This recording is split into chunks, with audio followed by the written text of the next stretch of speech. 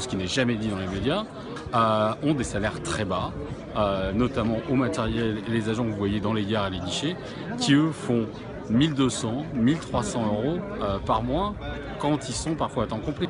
Mais le chemin privilégié, c'est clairement un discours du pouvoir pour décrédibiliser une catégorie aujourd'hui professionnelle qui peut bloquer le pays. Le gouvernement semble pas entendre la rue, le gouvernement s'entête, sort maintenant le 49.3, véritable provocation pour nous. Et bien, provocation, il y a mobilisation extraordinaire et il y a grogne énorme des salariés. Il faut savoir qu'une raffinerie comme celle de Total, qui est la plus grande de France, entre un moment où on l'arrête, qu'on la redémarre et qu'on met des produits en conformité sur le marché, il se passe plus d'une dizaine de jours. Donc là, on peut considérer d'ores et déjà que les marchés autour de la raffinerie de Normandie de Gonfreuil-de-Lorcher ne seront pas alimentés pendant les 10 prochains jours. Aujourd'hui, les salariés qui sont en lutte contre la loi travail n'ont qu'un seul droit et qui est un droit constitutionnel, c'est celui du droit de grève. Donc c'est celui-là qu'ils exercent, il est légal, ils demandent à arrêter les unités pétrolières pour pouvoir exercer leur droit de grève à l'extérieur de l'usine. Pour ça, il faut arrêter les unités.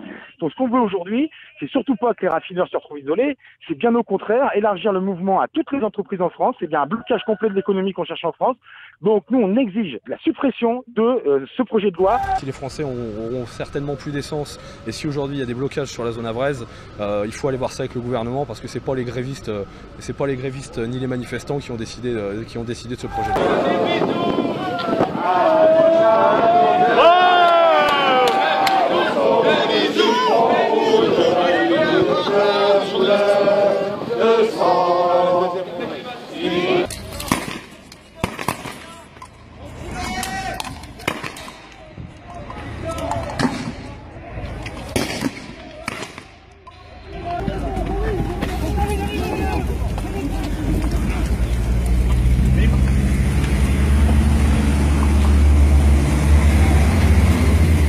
Je pense que un certain nombre de raffineries ou de dépôts qui étaient bloqués sont débloqués ou vont l'être dans les heures et dans les jours qui viennent.